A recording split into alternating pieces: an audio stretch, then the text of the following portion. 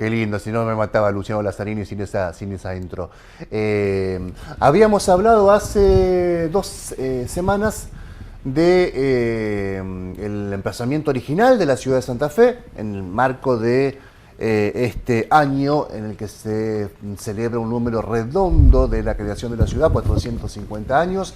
Habíamos hablado con el profe Mario Andino de aquella Callastá, de aquella expedición de Juan de Garay, de su presencia en Asunción, de esos paraguayos que acompañaron la expedición hacia el sur, de la necesidad de buscar un camino hacia el río, hacia el mar, pero también un camino hacia el Alto Perú, y una decisión que quedó plasmada en el acta fundacional de merituar el traslado de la ciudad frente a condiciones geográficas, climáticas que se presenten adversas y que puedan posibilitar ese traslado. Nos quedamos ahí con una historia, esto es ultra resumido lo que le estoy diciendo, nos quedamos ahí, dijimos vamos a seguir contando, vamos a retomar esta historia desde, por lo menos desde esa mudanza, desde la llegada a este emplazamiento local, a esta geografía actual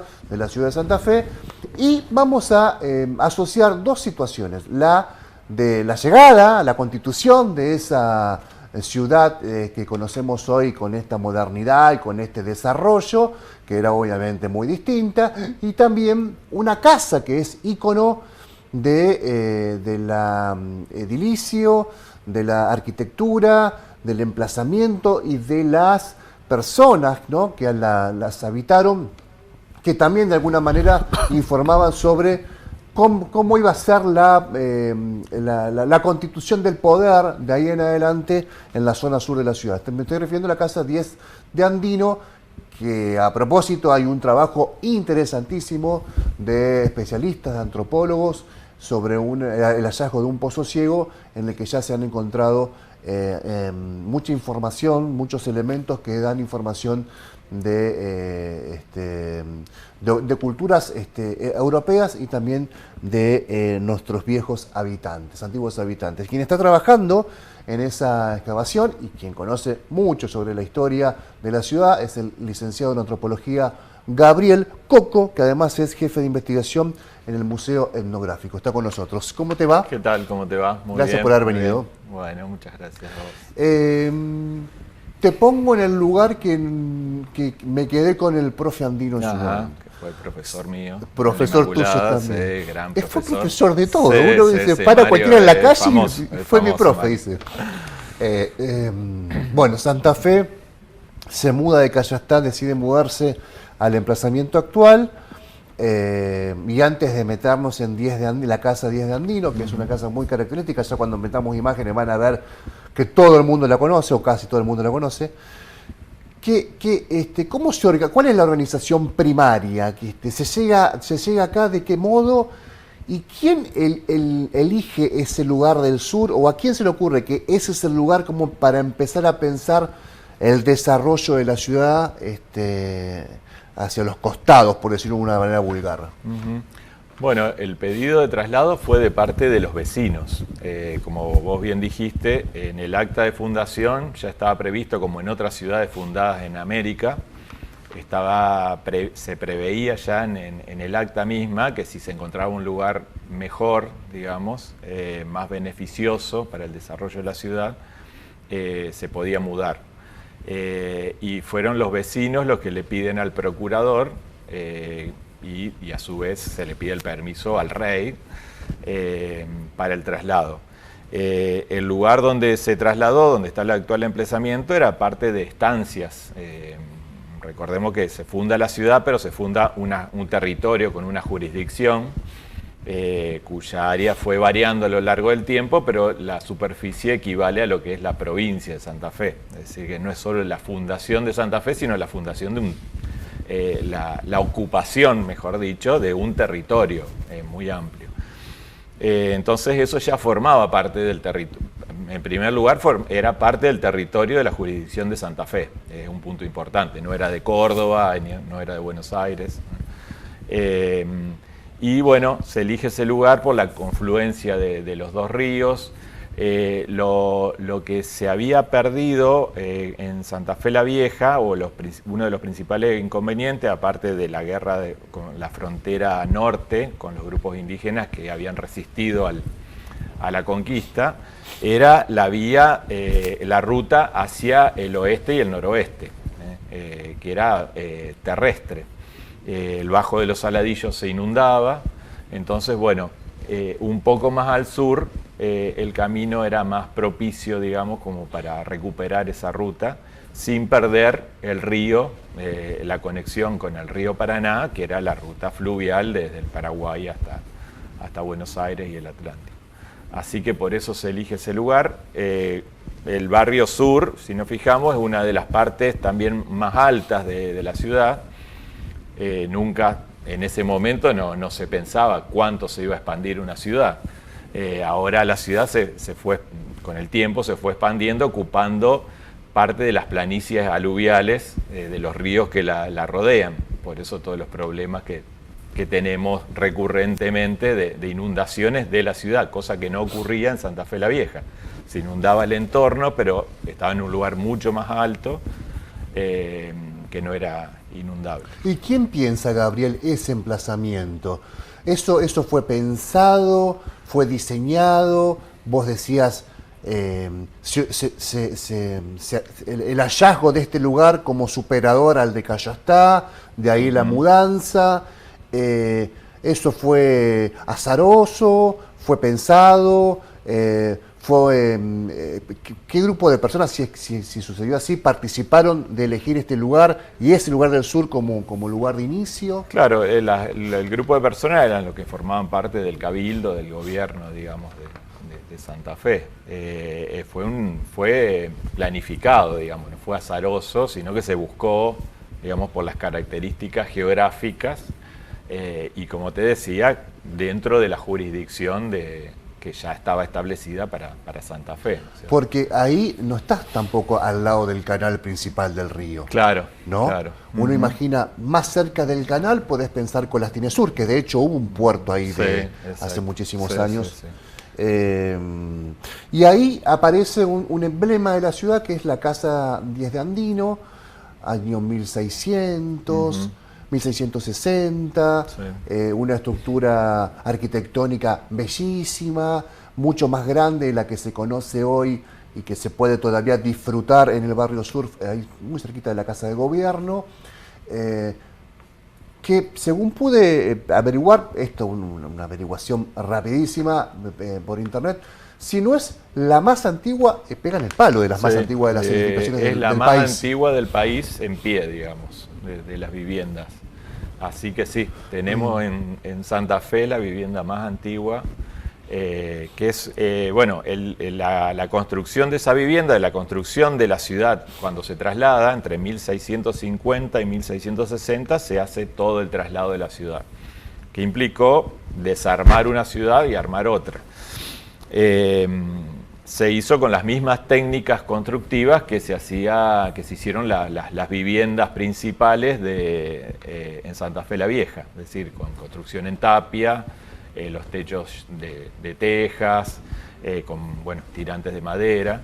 Eso es la parte original de la casa, de la que se conserva una parte, después se fue ampliando. ¿Podemos poner en pantalla, por favor, las imágenes, disculpame Gabriel, las imágenes de la Casa 10 de Andino mientras él está hablando? Podemos encontrar, ahí vemos el interior. Sí.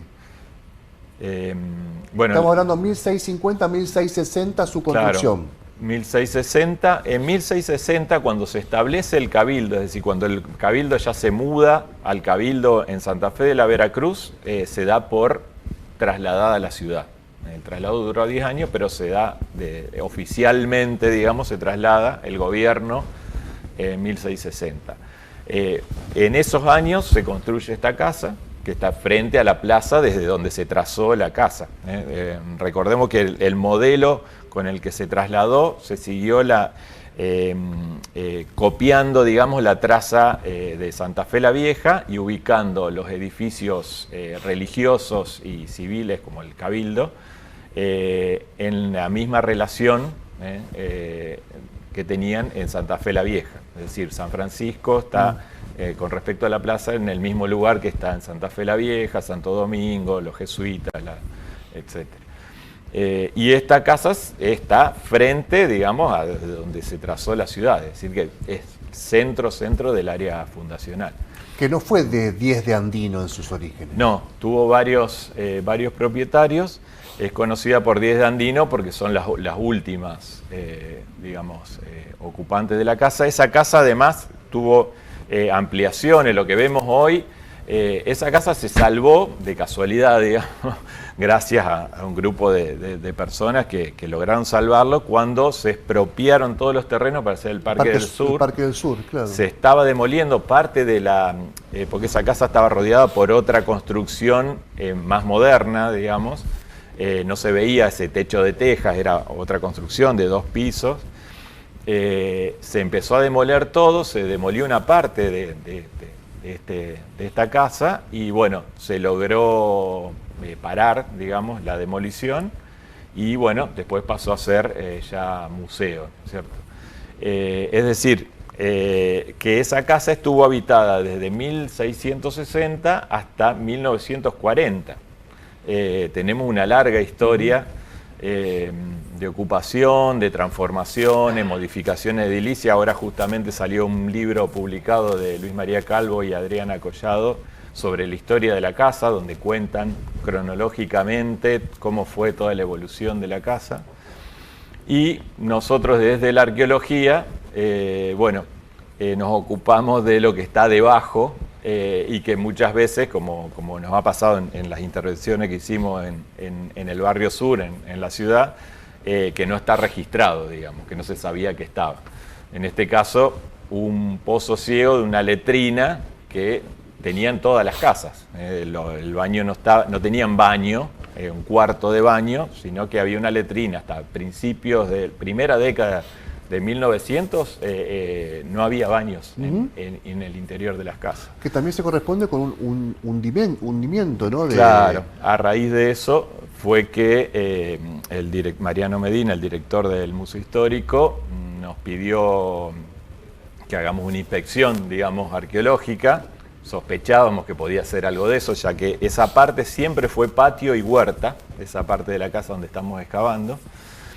Y bueno, enseguida nos encontramos con una estructura de ladrillos abovedada y rodeada por otra cuadrada, que sería como el cuarto de baño de la letrina.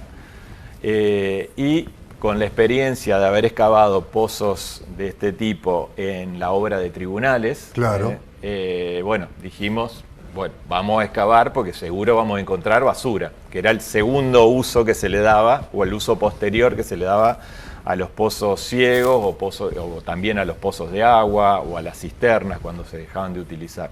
De todas maneras, acá ¿puede llegar a haber algún hallazgo prehispánico o no? Mira, encontramos al principio, como tuvimos que excavar rodeando también, digamos, la cisterna, encontramos cerámica indígena, hispano-indígena, que sería más correspondiente al siglo XVII, fines del XVII, que seguramente si nosotros, eso lo veremos más adelante, seguimos excavando en ese patio, vamos a encontrar distintos momentos de ocupación de esa casa. Pero ese pozo ciego, digamos, la basura de ese pozo ciego es del principio del siglo XX. Tenemos todos restos, excavamos como 4 metros de profundidad donde hay restos constructivos que son de las demoliciones que se hicieron de la propia casa y de casas aledañas y que tiraron los escombros ahí para rellenar. Se ve que ese pozo había quedado abierto hasta que llegamos a una capa de cal, que era lo que se hacía con los pozos negros, como para sellar por el tema de los restos orgánicos que hay en los pozos ciegos. Y ahí donde empezamos a encontrar la mayor parte de lo que nosotros buscábamos, que es la basura antigua, ¿no es cierto? En este caso del siglo XX. Entonces, correspondiente a esa época hay botellas de distintas bebidas alcohólicas, de Fernet, la cerveza Quilmes, que ya desde fines del siglo XIX estaba, de medicamentos, encontramos una botella, por ejemplo, de la farmacia Irigoyen. Mira. Y después algunos restos de vajilla, con sellos en ese momento ya se importaba la loza, la vajilla, era importada de Holanda, venía de Inglaterra. Entonces muchas tienen el sello y esos sellos uno los puede identificar después. Interesantísimo. Sí, dale.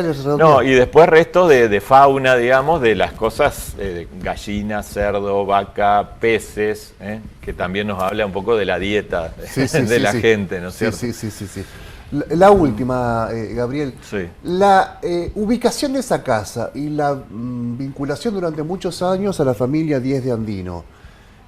Uno la pone en un lugar donde está enclavado el poder ahora, ¿no? Pero tal vez hace mucho tiempo, durante el siglo XX, imagino que también ya con ese mundo de relaciones. El poder político, el poder judicial, el poder religioso, el emblema de la discusión como en la especie del ágora de otros tiempos, Plaza de Mayo. La familia Díez de Andino, ¿qué relación tenía con esos poderes? La pregunta es, ¿tenía algún tipo de relación?